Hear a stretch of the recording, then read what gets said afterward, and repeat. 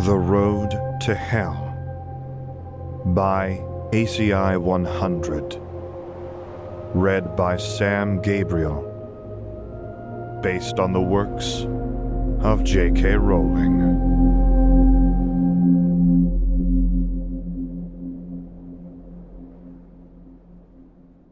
Chapter 14. Cleansing Winds. The muscles in his cheeks ached from too many artificial smiles. What did he care if old Batilda Bagshot had known his grandfather? Henri Potter had died fighting against the Empire before James was ever born. It had been nice hearing gray-haired Griselda Marchbanks comparing him to his father, but no amount of praise made up for the long and torturous lectures about politics from a dozen witches and wizards too old and batty to realize none of this would be his concern for decades. "You would think Dad was going to keel over tomorrow, the way they go on," he complained to Sirius, once disentangled from Lord Gregory Bones and his new wife. "You think you have it bad?" the Black Heir asked with a derisive snort. "You should come to half the parties I get dragged to. Most of the folks your dad invites know how to have a laugh every now and then." James feigned a shudder. "Your family has always been an awful bunch of stuffy gits." Sirius snatched a glass of brandy from a floating tray and drained it in one pull. "Most of them," he agreed with a smack of his lips. "Oh?" James asked. "Which ones aren't?" "Your mother, for one." Opening and closing his mouth without sound, James was forced to inwardly admit his best mate had him there. "I guess I never really think of her as one of your lot." "I don't either, really," Sirius admitted. "It's funny. She's more of a black than most who sit around and wave old family heirlooms in the face of any poor sod that has the misfortune of pissing them off." James frowned. "I'm not sure if I should be insulted on her behalf. They're not all bad, you know. My grandfather's one of the best men I know, and Pollux is all right if you can get past all the ranting." "Ranting's one word for it." James had a fair few unpleasant memories of his uncle's tirades. "Bitching sounds more accurate to me." Sirius averted his eyes. "I think if anyone's got the right to bitch, it's him.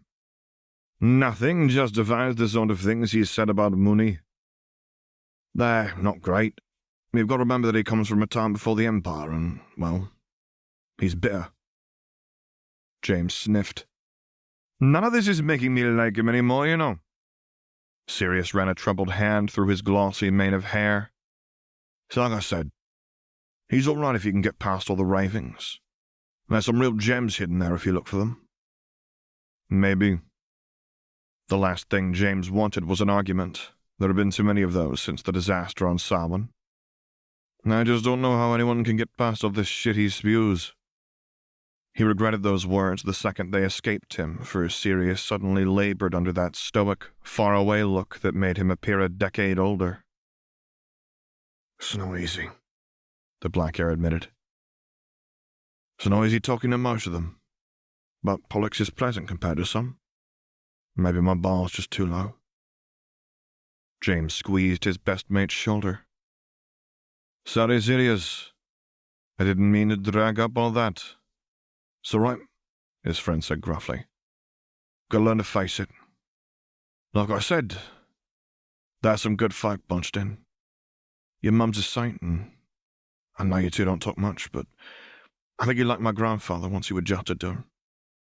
He's the one who wised me up to Pollux and made me start listening. He's always said there's something to learn from everyone. Some people just have more valuable lessons to teach than others." "What sort of thing does he think you can learn from an old sod like Pollux?" The question slipped out unbidden. "The price of vanity and cost of arrogance was how he phrased it first time I asked." James felt his spine go stiff when remembering something Sirius had said to him the night of Samhain. "Did you learn nothing from the fight back there?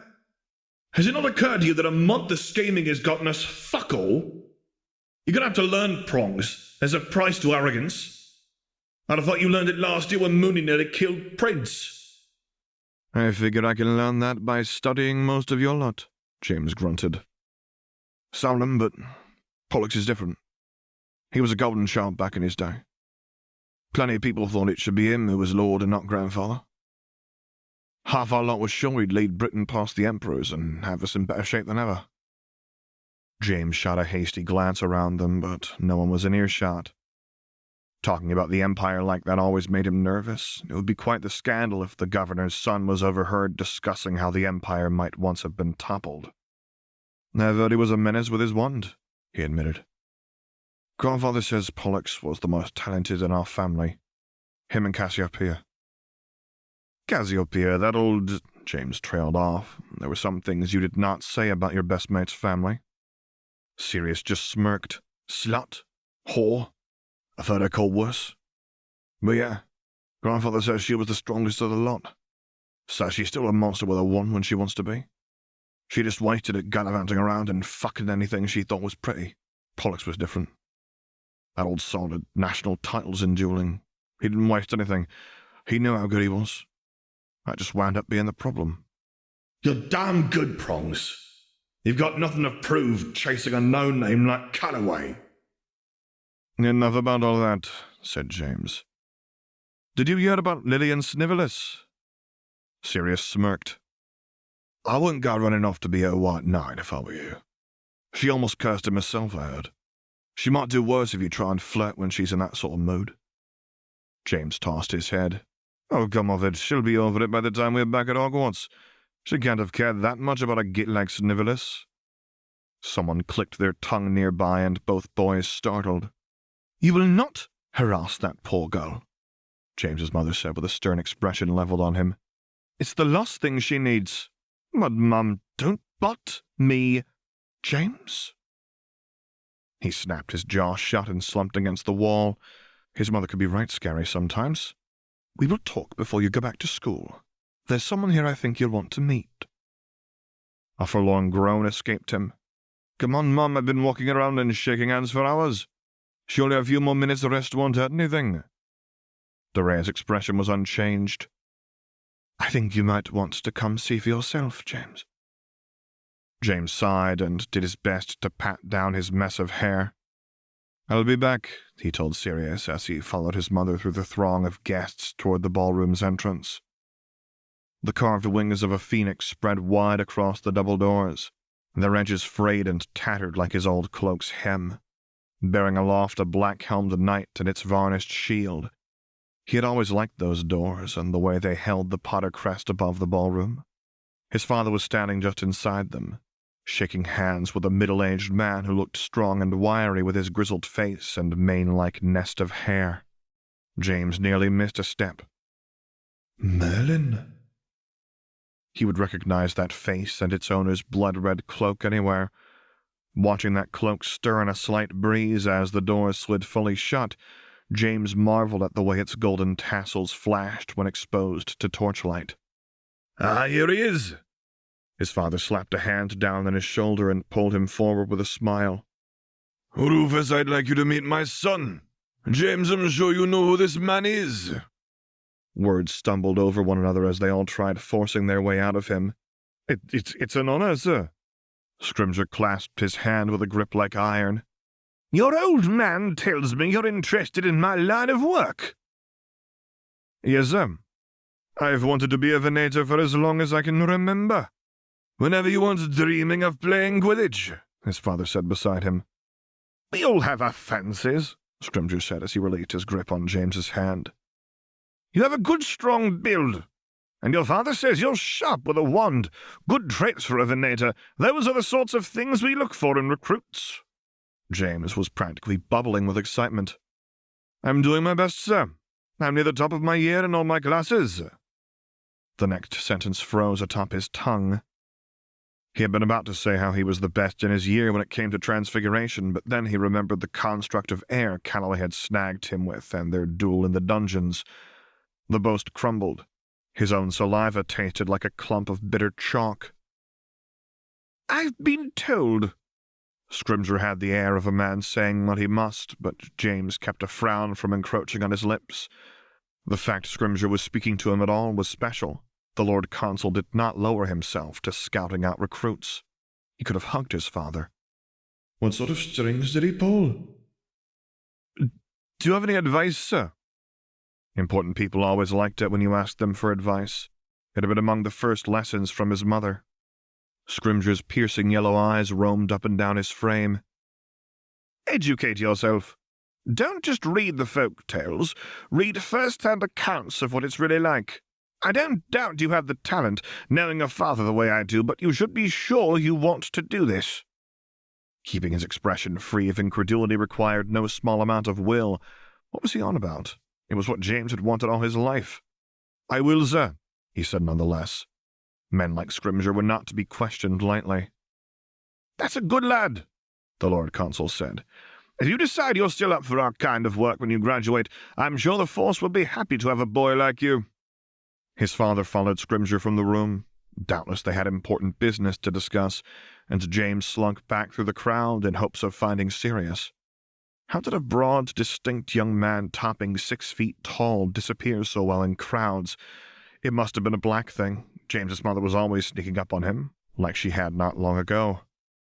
He had almost given up when he spotted a head of glossy black hair thrown back nearby, laughing at something said by a straw-haired youth lounging against the wall.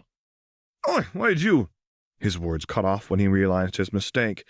This boy was an inch or two shorter than he was, and slighter than Sirius. "Oh," James said when they turned to look at him. "Sorry, Regulus, I thought you were your brother. Any clue where he's gotten off to?"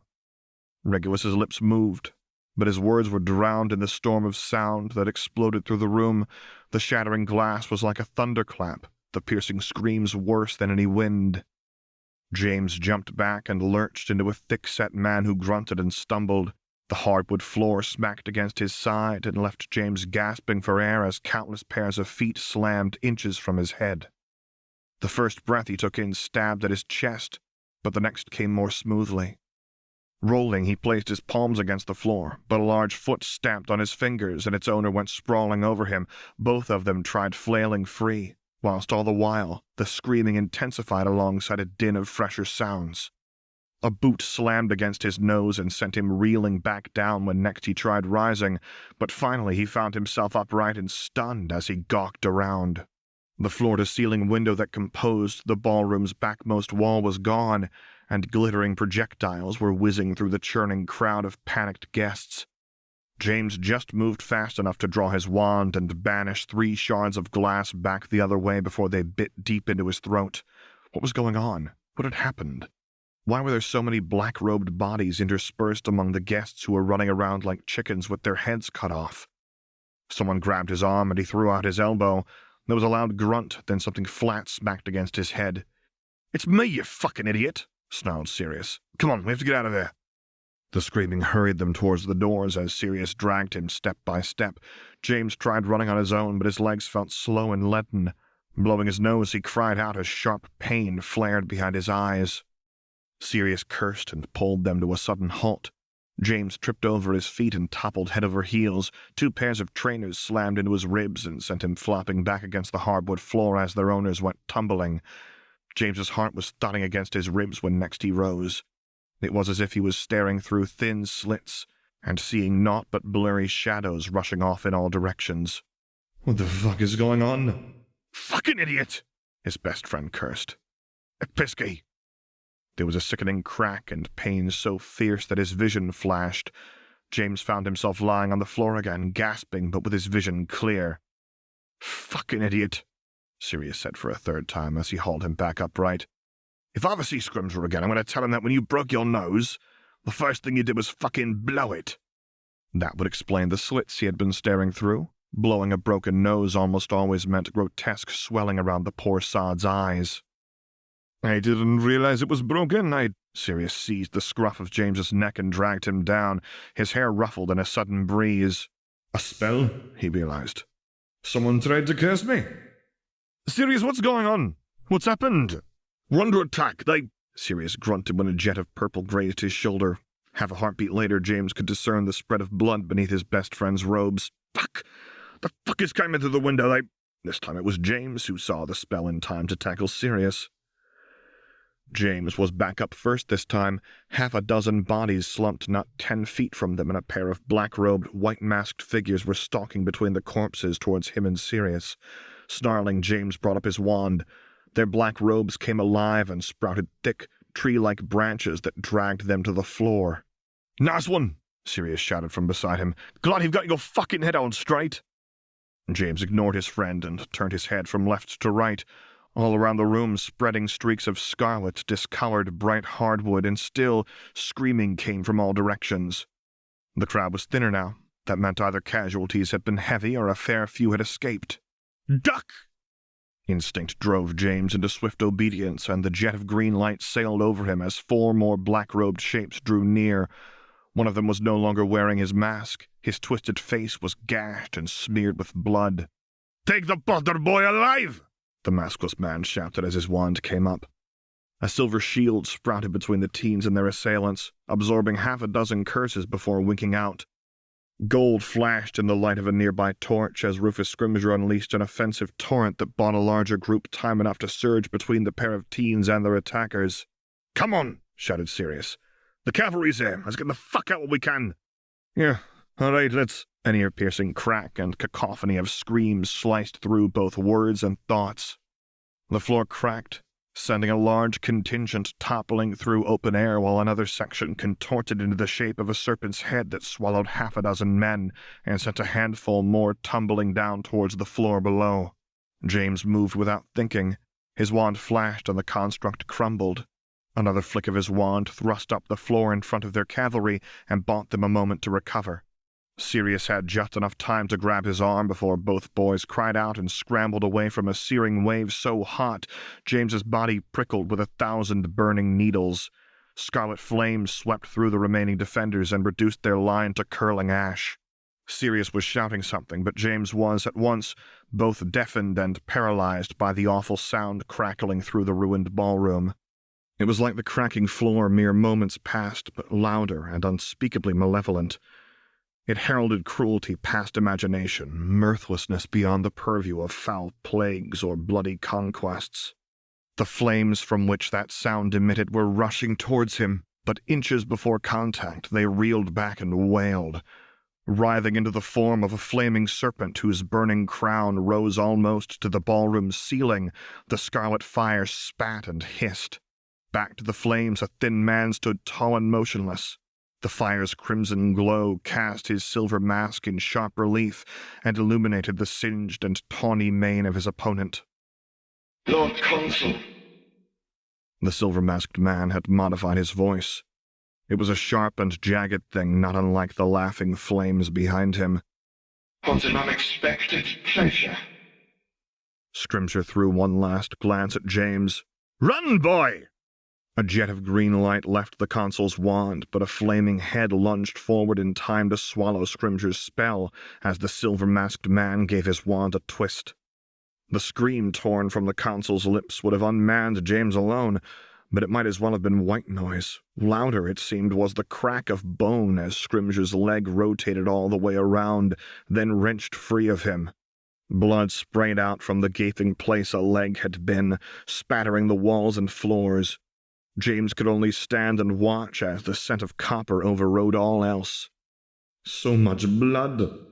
How could so much come from a single wound? There were a pair of eye holes in that silver mask, James noticed when the madman looked his way, but all he saw behind them were matching scarlet slits. The sounds of fighting had died down except for Scrimger's screams. Everyone had either fled or been incapacitated. James opened his mouth. He had possessed grand intentions of saying something fierce and bold, but all that came out was sick. Searing up his throat, it spilled out in an audible patter across the ruined floor. Gasping on all fours, James looked up. There were at least 24 black-robed figures standing behind the man who must have been their leader. Of Sirius there was no sign. The lucky bastard must have made it out when that awful fire sent them sprawling. "At least there's that."